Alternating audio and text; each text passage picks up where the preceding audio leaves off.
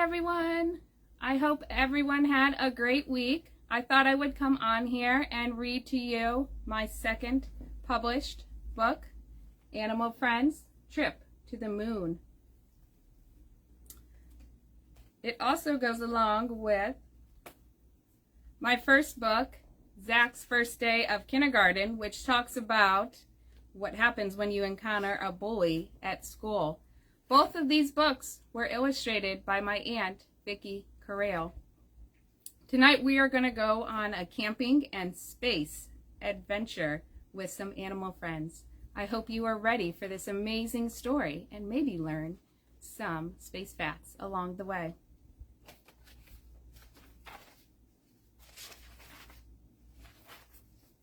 I dedicate this book to everyone in my life who has supported me in my dreams and encouraged me to never give up. Poppy the bunny was looking up at the dark night sky while at a campfire with her friends, Buttercup the llama, Shane the dog, and Melvin the cat. Poppy said, "Hey everyone, wouldn't it be cool if we could go to the moon?" Melvin asked, "How would we get there?" Shane replied, "We can build a rocket ship. I think there is some spare wood by the old barn down the street that we could use," said Buttercup. "Let's get started tomorrow," said Melvin.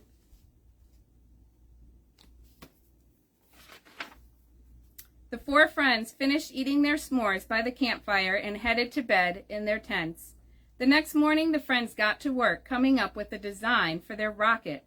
Poppy got a piece of paper, a pencil, a ruler, and a clipboard, and started to draw the blueprint. Melvin suggested starting with a box shape. Poppy used her ruler to begin drawing the box shape.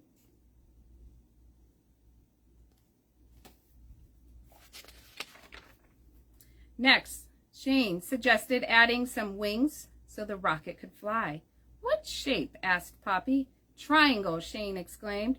Poppy drew one triangle on each side of the box. "Don't forget about a triangle shape for the nose of the rocket," said Buttercup. Poppy drew another triangle and then said, "Finished."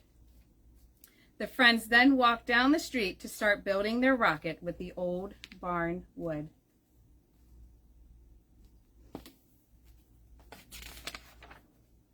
As they were walking, Melvin said, "Let's stop by my house and get some hammers and nails for my garage." They gathered up the hammers and nails and put them in a wagon and continued down the road. Once at the woodpile, the friends started building their rocket ship. They worked together with two of them holding the boards and the other two nailing them together.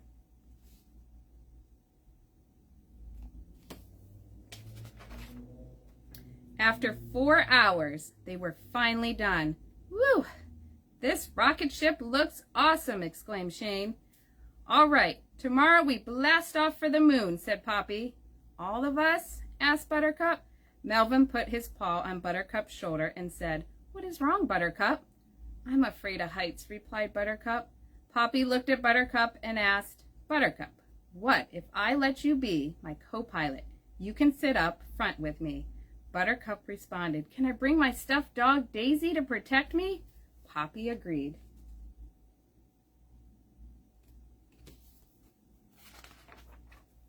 "Are we going to bring snacks too?" asked Shane. "I can bring my favorite," said Melvin. "Gummies, pickle-flavored popcorn, and bottles of water."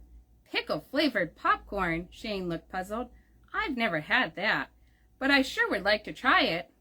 The four friends decided to meet back at the field tomorrow at 10 a.m. so they could go to the moon.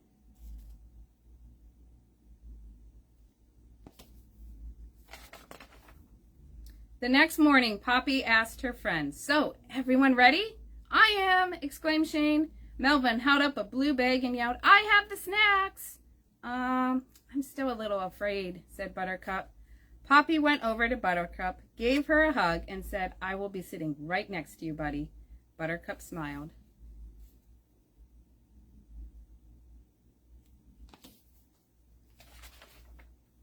After everyone was in the rocket, they put their helmets on and clicked their seatbelts. Poppy turned the key to start the rocket ship and said, "Okay, Buttercup, count us down from 10. Buttercup began counting. 10, 9, 8, 7, 6, 5, 4, 3, 2, 1, blast off! The rocket ship shot up into the air. Buttercup held on to Daisy. Poppy held tight to the steering wheel until they reached space.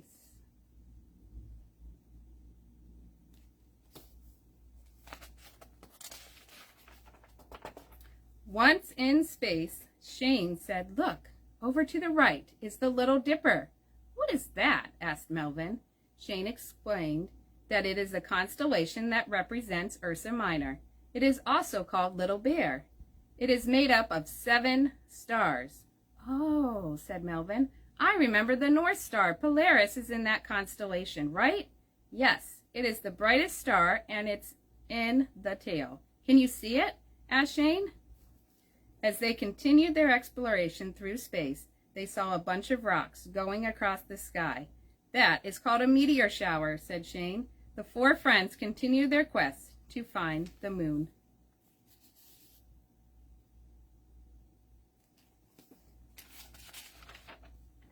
Melvin began to sing a song. 5, 4, 3, 2, 1. Flying to the moon is so much fun.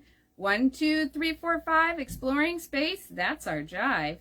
All the animals joined in and kept singing the song until Poppy said, "Look, everyone, there is the moon."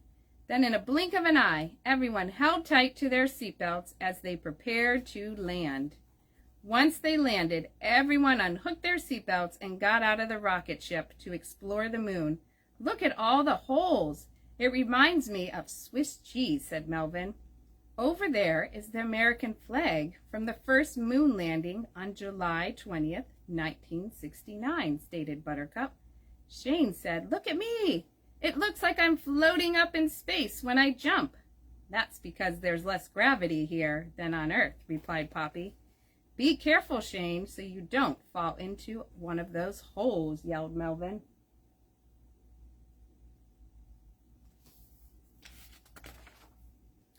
"Can we have some of Melvin's snacks before we leave?" asked Buttercup.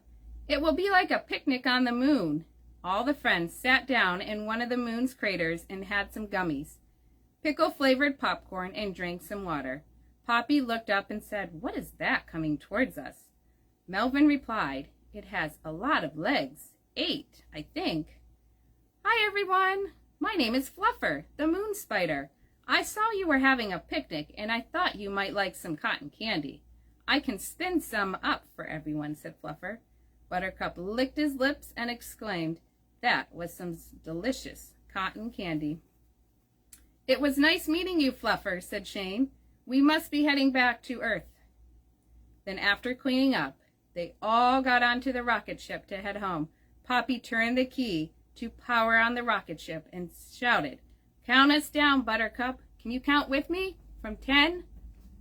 10, 9, 8, 7, 6, 5, 4, 3, 2, 1, blast off!"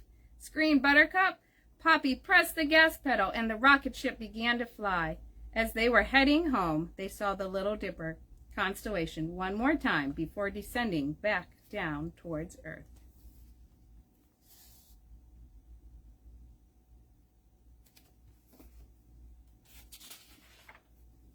"Hold on, everyone," said Poppy. "We are heading back home." Then in a blink of an eye, they were back in the field where their journey began. Everyone unclicked their seatbelts and took their helmets off. "Wow, that was a fun ride," exclaimed Shane. "Yes, it was. But I'm glad to be back on land," said Buttercup. "Me too," said Melvin. "It was a dream come true," shouted Poppy.